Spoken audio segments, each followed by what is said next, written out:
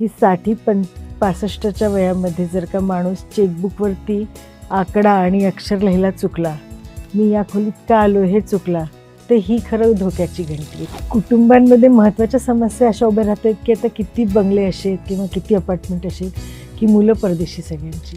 म्हणजे अगदी आपल्या पूर्ण समाज व्यवस्थेमध्ये बागबांचं भूत सगळ्या ज्येष्ठ नागरिकांवर सवार आहे. हेकेखोरपणा असतो बऱ्याचदा, मग त्यांना समजावणं कठीण होतं. हे घराघरातलं आहे. अशा वेळेला कसं समजून सांगायचं ज्येष्ठांना?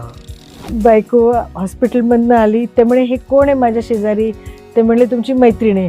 हां मग ठीक आहे म्हणले बाबा. I don't want him to live like that.